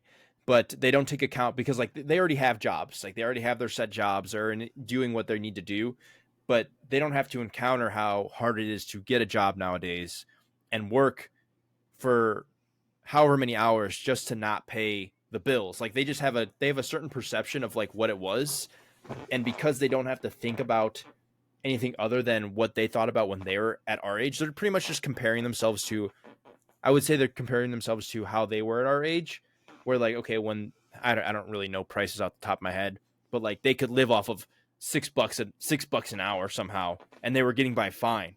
Yeah. Obviously, there's like, I don't know how they won't take, like they can't take an inflation and understand the concept of inflation, or maybe that's just the issue. Maybe they just don't understand the concept of inflation, which would be kind of ignorant. But like, I just think they have this certain ideology or mindset that it's hard for them to grasp anything new. Yeah. Like, I don't know. Like I've seen growing up, everyone's parents was always like, you need to go to college, you need to do this, you need to go get a good job. But then you see all these videos of people our age on social media that are like, I have these 2 degrees. I'm still working at a fast food restaurant because no one will hire me. Mm-hmm. And it's just, or like you look at like you tell your parents you have a best friend that you met online, they think you're fucking crazy. Yep. Definitely. They definitely, I don't think my parents necessarily thought I was crazy, but I definitely, hearing something different and hearing that I was going to visit my friend that I met online, they definitely were skeptical about it. And I just think it's really, it's taking them a lot more time to adapt to newer things than, obviously, because like all of this is just as new as it is to us. It's just as new as it is to them. So yeah, but and I they just think grew we up have with such 25 years of being set in their yeah, ways before this new thing was yes, introduced. yeah. So it's like most of their ideologies and their mindsets have already kind of set in place, and they believe something for so long, and they just don't see or understand what is really going on. And this kind of is apparent, especially with mental health. I know we talked about mental health last year or last podcast. Last week, yeah. Yeah. And it's interesting because there's a lot of people nowadays that think mental health is fake, and they think that you should just be able to push through it, and you should be able to, there isn't like a reason why you can't just do something because like you just want to do something. And this kind of sparked because I was watching it's called, I think it was, I don't remember it was something on Netflix about golf. And in the episode they were talking about how golfers or professional athletes are now going to sports psychologists because of how mental being a professional athlete is and how draining it is. And I hear people say how they should just fucking push through it. Like they're playing at a professional level. Like that is literally anybody would rather be in your shoes than where they are right now. Stop being a bitch and push through this. But I'm like, there literally is a freaking science behind mental health. This isn't just something that's made up. Yeah. Like obviously it differs from people to people. Like if I think about in my family, people take different things differently. Like for example, I was able to push a little bit further than say my brother was when it comes to my dad being hard on us during sports. And it really comes down to who you are as a person. I don't know, like obviously I don't know like the chemical imbalances and like the super scientific knowledge about how mental health really affects people and how it makes a difference in different people. But I think to say that, mental health isn't really a thing, I think that's kind of the Ignorant. mindset that is holding a lot of the older generations behind and not being able to realize that there is this issue going on. And then I think that also correlates to why they can't put themselves in our shoes and have empathy for kids growing up nowadays, going to school, trying to find a job. Yeah. Yeah, because I mean, it's hard once you're set in your ways. It's really hard to break out of that mindset. And I mean, I don't know. It's just even like our generation. I feel like yes, we understand a lot more about mental health, but at the same time, there's a lot of people in our generation that are like, they think if you're successful, you shouldn't have mental health problems. Yes, definitely. And that is a big issue because you don't know, like, I mean, we talked about it last week. You don't know what people had to do to become the person they were or to get to where they are.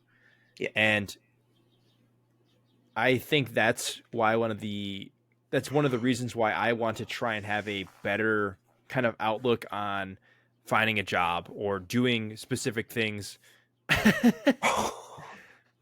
or doing specific things for the right reasons, you know? Like I want to be able to have open conversations about certain things and be able to understand different mindsets and have a positive outlook on, you know, let's say I have a kid one day and they don't want to go to school. I want to be able to be empathetic and seek to understand the reasoning behind people's thought processes. And I think Yeah, that's super important, is really seeking to understand why people do certain things or think certain ways. And that has honestly helped me a lot in terms of um just like normal day activities, or like making reactions to certain things that like I usually would make a reaction to, mm, is realizing that if you put yourself in those people's shoes, you can kind of understand why they're acting a certain way. Like, and for example, you know, you see someone that's rude to you at work, or doesn't hold the door for you, or doesn't say thank you when you hold the door for them.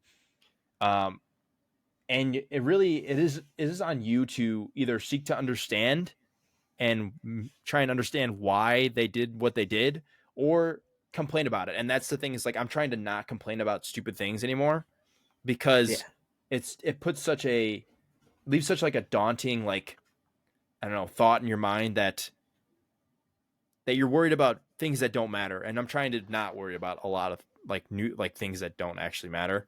yeah, I feel like it's just have a clearer mind about everything. yeah. If you're cluttered up with the things that don't matter, you won't be focused on the things that do matter. I feel Mhm. like I have that issue a lot. Yeah. That And it's, also, oh, go ahead. go ahead. That well, what you were just talking about also reminded me of this. Did you know that like high schools are giving kids mental health days now? Like Yes, you I can did know call out that. of school for a mental Yep. health day. I didn't know Yep. that until like maybe a month ago. Yep. I I've heard about that. And it's, I mean, obviously the kids that just don't want to go to school are going to use them just to not go to school, and it's an easy excuse. There's no way of necessarily, at least I think there's no way of necessarily proving that you need a mental health day.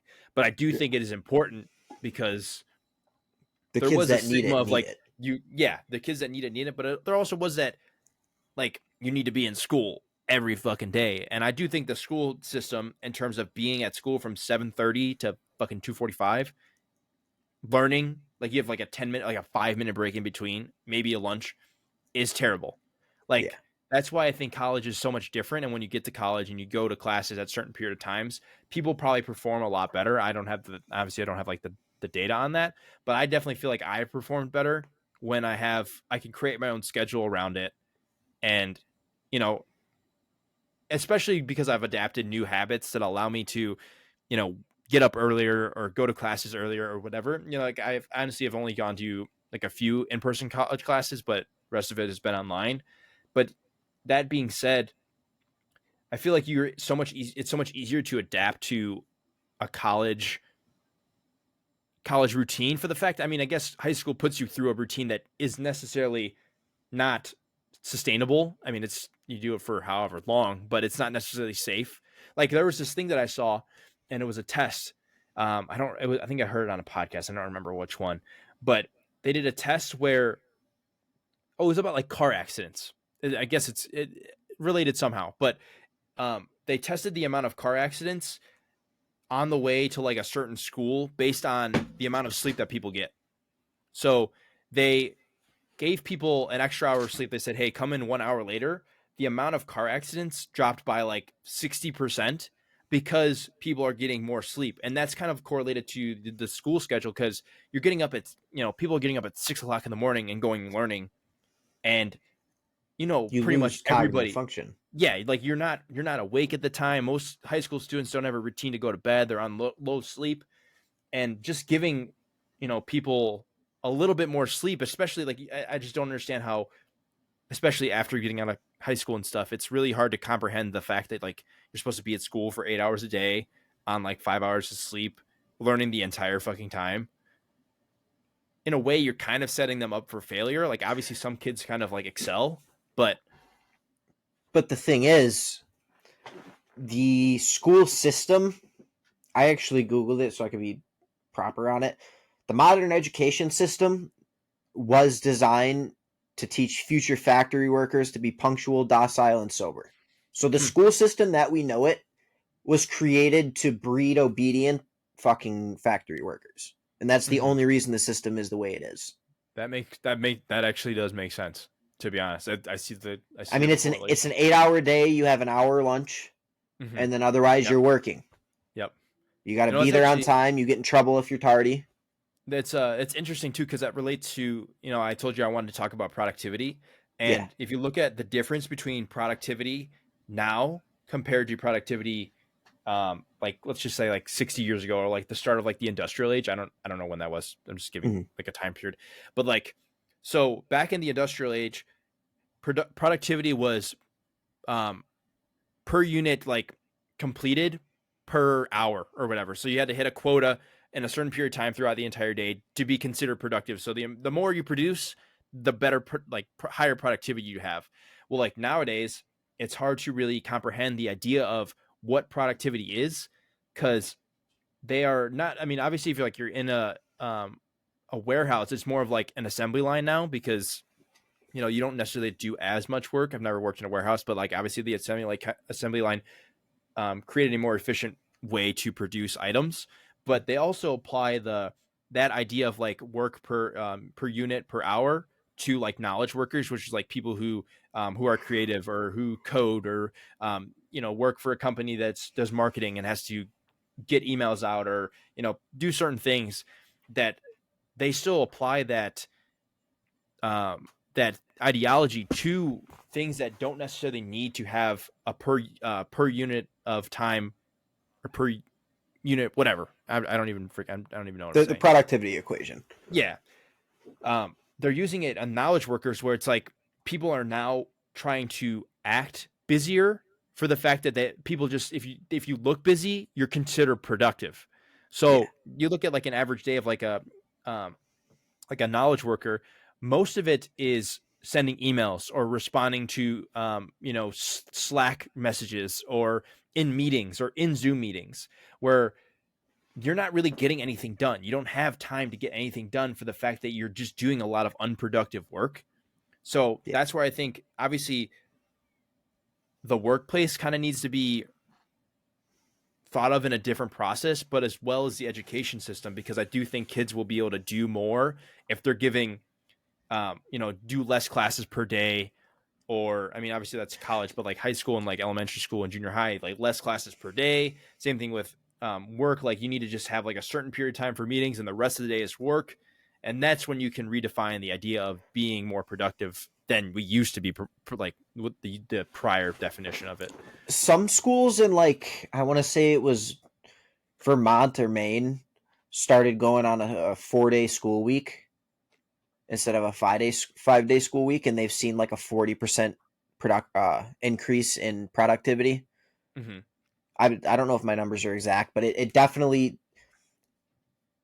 like, it's still an 8 hour school day. They just lose 8 hours completely, Yeah. but the kids are much more productive because they're only going to school 4 days a week. Yeah. Well, it's interesting because it's like, realistically, if you take, that's why I kind of like the idea of online classes. Obviously, when I first started and it was a new thing, it's kind of like, fuck, it's really hard to learn on my own online. But the amount of time that you actually have to work on getting things done, rather than going to a class and then learning for a certain period of time, and then actually after that you get sent home with homework and you have to come back in a certain time and do that, then I think allowing more freedom to be able to get things done on your own time, or without having to be in a meeting, or without having to actually be being physically somewhere, is so much more important than seeming like you're productive. Like, for example, I have to go to a class for 2 days a week, 4 to 5:30 for like an hour and a half, twice a week, and I feel like being in that class, it's not like you're in the class getting something done. Like obviously you're learning about whatever that topic is for the week, but But you may you're be able not to teach getting yourself faster. exactly, you're not getting anything done that's working towards a goal. Like, yes, you're learning a little bit more, but like I'd rather spend that hour and a half per week actually getting the homework done and learning from they give you videos anyways. So it's like, why do I need to be in this class for 90 minutes on top of watching the videos of teaching of like you teaching me the same thing that you just taught me on the videos. So it's like I'd rather have that 90 minutes to go literally do work than sitting there for 90 minutes and twiddle my thumbs and listen to something that I don't want to listen to. Yeah, exactly. That's why if I do school, I'm only doing online. Like, I will not go sit in a fucking classroom for an hour and a half and learn Yeah, something like my because I can teach entire myself faster. my entire like thought process and opinion on online school has changed. Like obviously there is aspects to it that kind of suck. Like you wish you have that social aspect too, and I do think you would be more motivated to go into school and be around your friends and learn from your professors and build those connections. But I think realistically maybe I don't know. Obviously there is like a hybrid type school, but I think hybrid would be also good as well because I mean it really depends because like I get social interaction in other ways, but obviously going to school and having those connections is might be a little bit more important than just like kind of basic social interactions. Yeah. So I don't know. It's really interesting to think about how my opinion on online school has changed because I used to hate it. I used to not think I could learn about certain things, but now I have been able to learn, and I think just being able to be truthful with myself to know that I can get certain things done and learn and actually understand it on my own shows that there is kind of like a lack of trust in the education system for kids to learn on their own or to not be supervised when they're doing certain things. Like obviously there's kind of like outliers that are, if you do online school, they're not going to learn anything or whatever. But I do think it is probably by preference. It definitely is because you have to remember that a lot of people in this country and in the world can't learn without someone shoving it down their throat and teaching it to them. They can't learn on Mm-hmm. their own because they're either not mentally capable of doing it or they don't have the motivation and discipline to do it. Mm-hmm. And I think that's part of the problem, and that's why we need that system because those are the type of people that are going to grow up to be factory workers because they don't want to learn anything. Mm-hmm. Honestly, I feel like, obviously, I don't think I was on the route to be a factory worker, but I had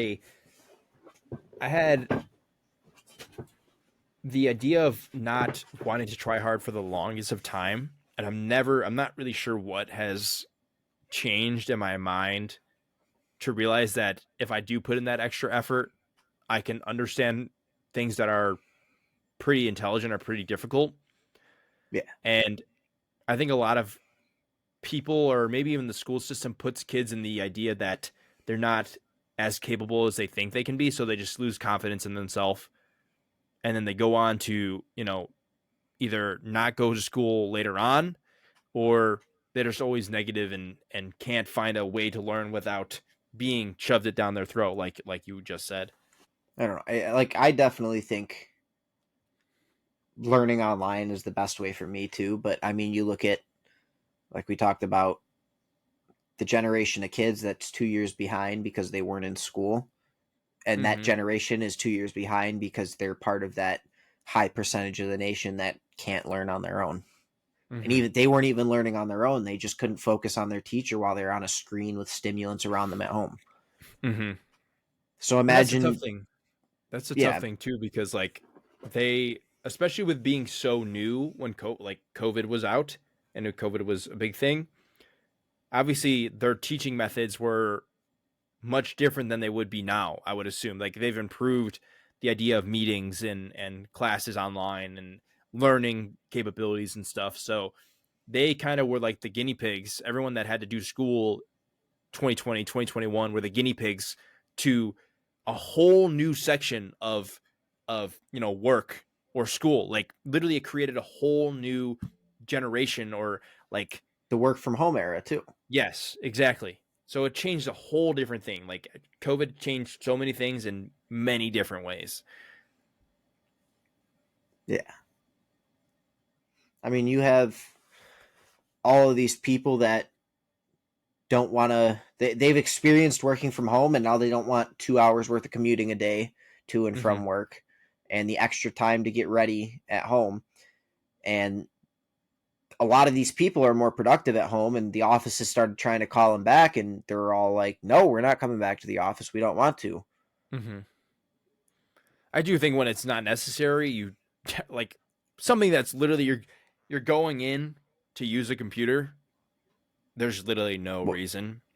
Like, yeah, if you can unless keep I don't yourself from know. being distracted at home, I don't it's know. not That's the worth it. thing, is it's so tough because like you can literally do anything online now. Like you can do meetings, you can message people, you can get work done.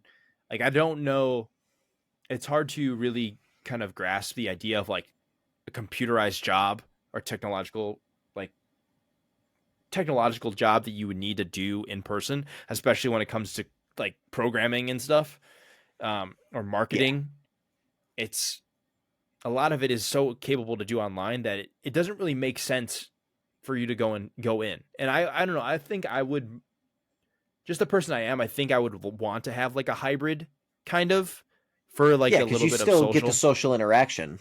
Yeah, Hmm. exactly. You still get the social interaction at work, but it's pointless for you to be at work if you're doing work on a computer. Which, well, this is actually really interesting though, because I feel like doing these podcasts like this, I used to be so. I mean, literally after, like, I feel so much more comfortable after this one that we're doing now, and even just after the one before, talking to a computer. Like, I literally have never been comfortable talking to a computer and like talking to people on. I mean, I guess it did Discord, but like really having like a, not a presentation style, but like speaking on tough concepts and feeling, it's just like that sense of like disconnect you have when you're speaking on computer that I feel like I've gotten over in such a short period of Yeah, time.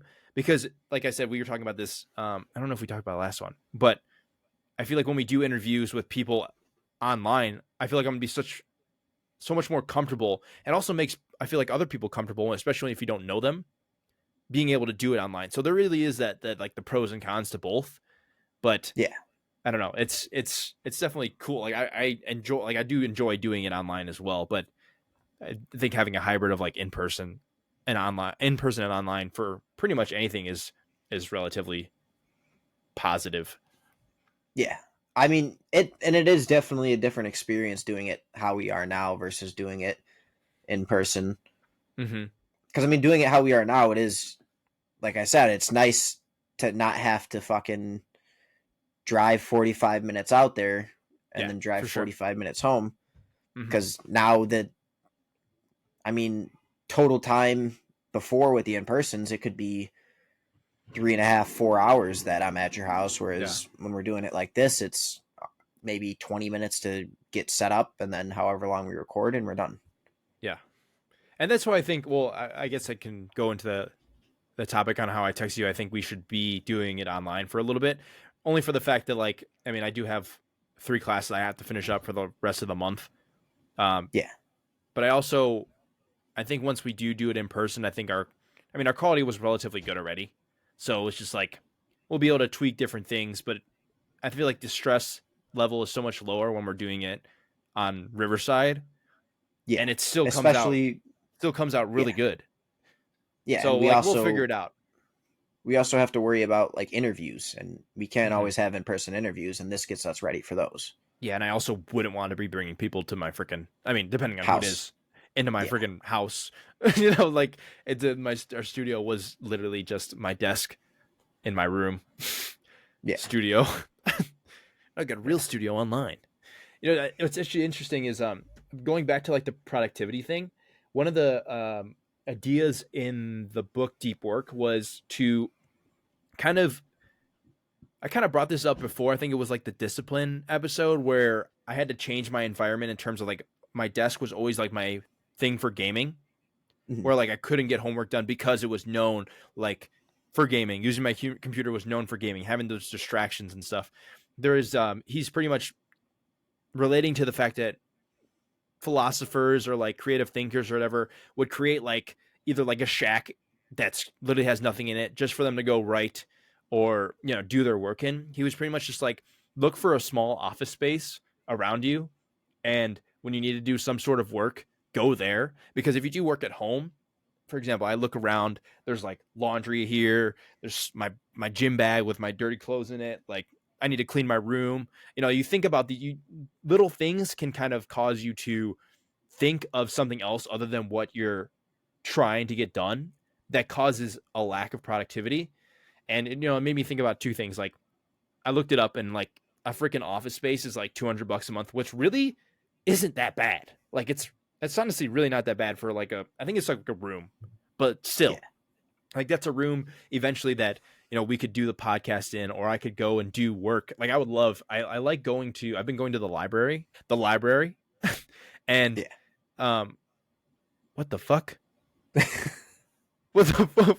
Wait, It's because you're on your iPhone. If you give a thumbs up, no, yeah. I'm not. I'm not. Okay. Anyways, I've been going to the library because it's such a quiet spot to do work, and there's really a lack of distraction depending on where you sit, that it Hmm. makes my quality of work better. So I would love to.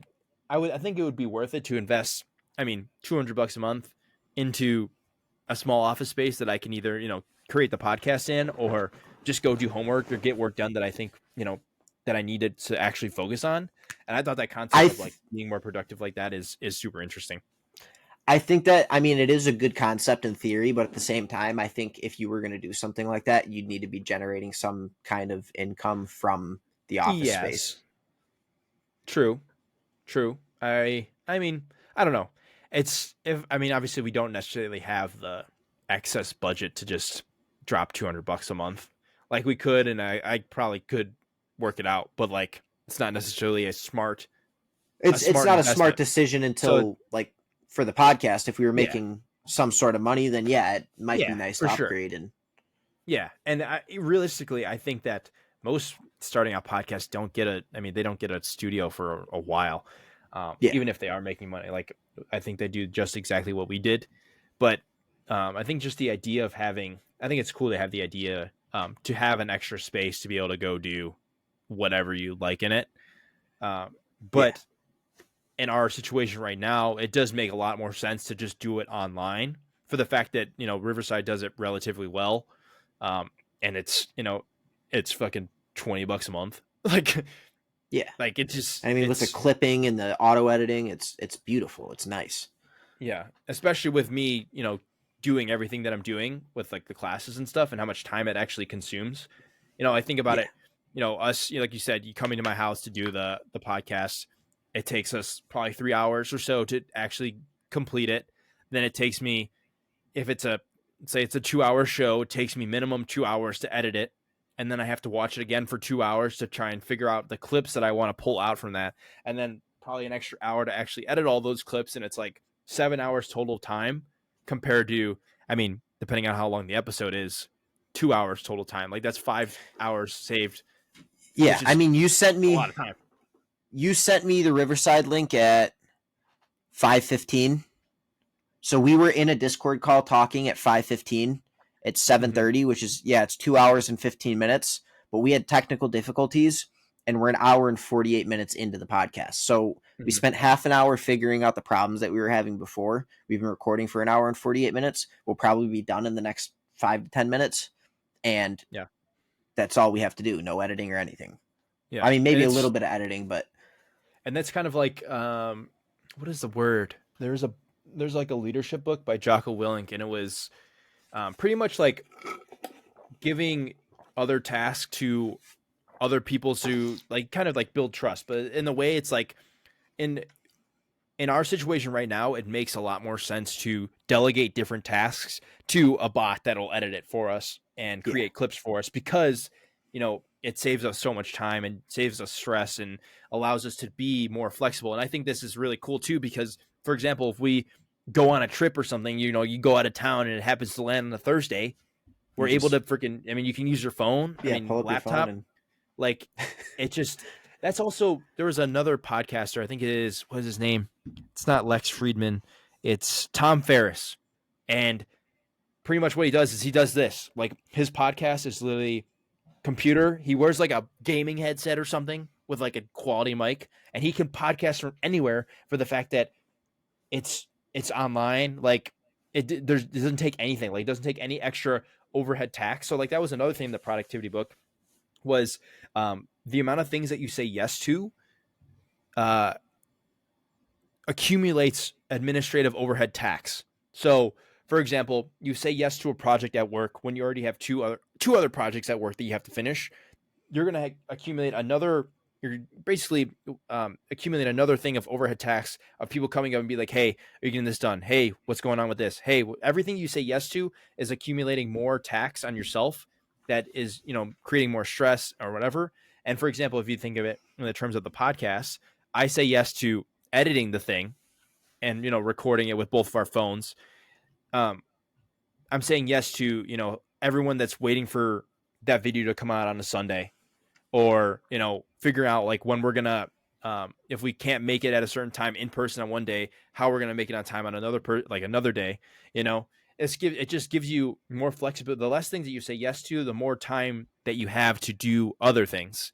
And that's why I'm actually excited to kind of get done with this semester, because I realized I put so much on myself, like 6 Yeah. classes. And at the start, obviously it's 3 and 3 for per half semester, but like 2 jobs in the first half with 3 classes, and then 3 more classes that are more difficult for the second half on top of working and trying to do everything.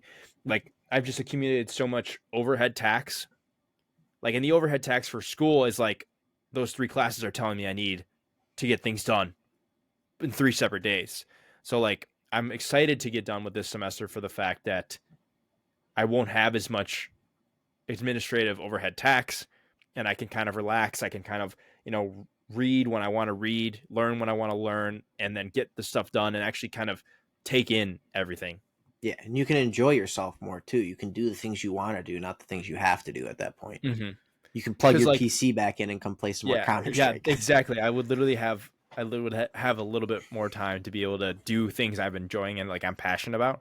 And there's also the concept in that I've taken on so many things. I'm trying to learn so many things either in a day or in a week, that it's just a bunch of bits and fragments of it that I end up not really learning at all, Yeah. because I do a homework assignment for one class, and especially being 2 coding classes, like learning 2 programming languages at the same time is probably like really dumb. But I take the information I get from one class and I try to go to the other class, and it's like, okay, I forget all the other stuff on the right side already, and I'm trying to focus on the left side. And I do that for multiple weeks, and it's like you get to the end of the semester and it's like, what did I really learn? Like you really don't learn anything unless you Reflect on your focus on, notes. reflect on, write down things, actually utilize it. And it's really hard for me to utilize certain things for the fact that I don't want to spend any extra time when I could be using that extra time to complete the things that I need to get done. And that's like one of my outlooks, I would say, from, trying to be more productive, is you don't need to be doing so many things at once. And that's what this entire semester, this last 4 months, has really taught me is, Sometimes yes, it's over optimization. You're going to burn out. yes, like my idea was I want to finish school so fast that I wanted to do 6 classes this semester, but I realized that how unsustainable it is. So realize that it's okay to slow down and take a little bit longer if it's going to allow you to have that peace of mind. Have I told you the quote about peace of mind? If it costs a peace of mind, don't buy it. That's the quote. That's a great Yeah, quote. so like you can take it in multiple different ways. For example, a really simplistic way is, let's say you're walking out of Starbucks and you have a like a Splenda packet, and you like throw the Splenda packet in the trash, but it misses the trash and falls on the floor, and you just walk away and you're like, it's fine. And you get to your car and you're like, fuck, I should have picked that Splenda packet back up. And you go back and you pick it back up and you throw it away, because you know that you left that there. You know that's going to cause some sort of peace of mind in your in your thought process that you did something that you could have fixed. So I in terms of cannot like, litter because of that. yes. So like for the example of like, if it costs peace of mind, if something's going to bother you, no matter what it is, and you're going to be thinking about it and thinking about it and thinking about it, just either don't do it or get it done first, so it allows you to kind of relieve yourself from all that stress that you're going through. Yeah. Because, I mean, if you let those little things build up, it'll take your entire peace of mind. And that's how you get burnt out. Mm-hmm. It also relates to me, like, for example, like purchases as well.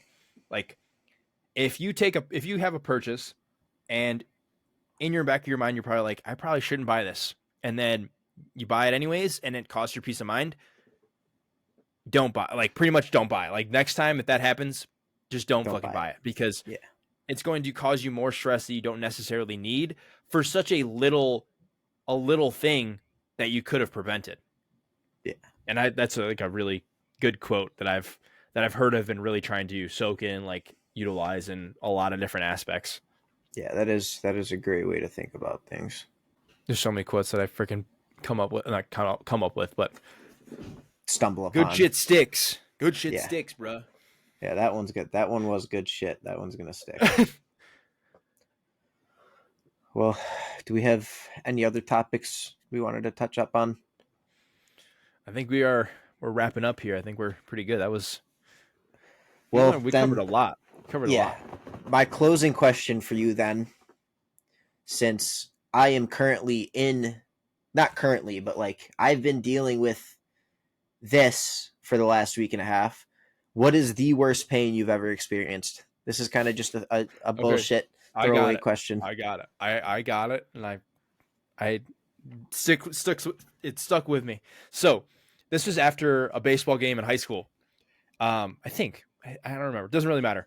But the dirt was really dry, and I think I slid head first, and I like cut like a big like pretty much a big like scrape on my arm. Like it was skin. Like the skin was pretty much gone.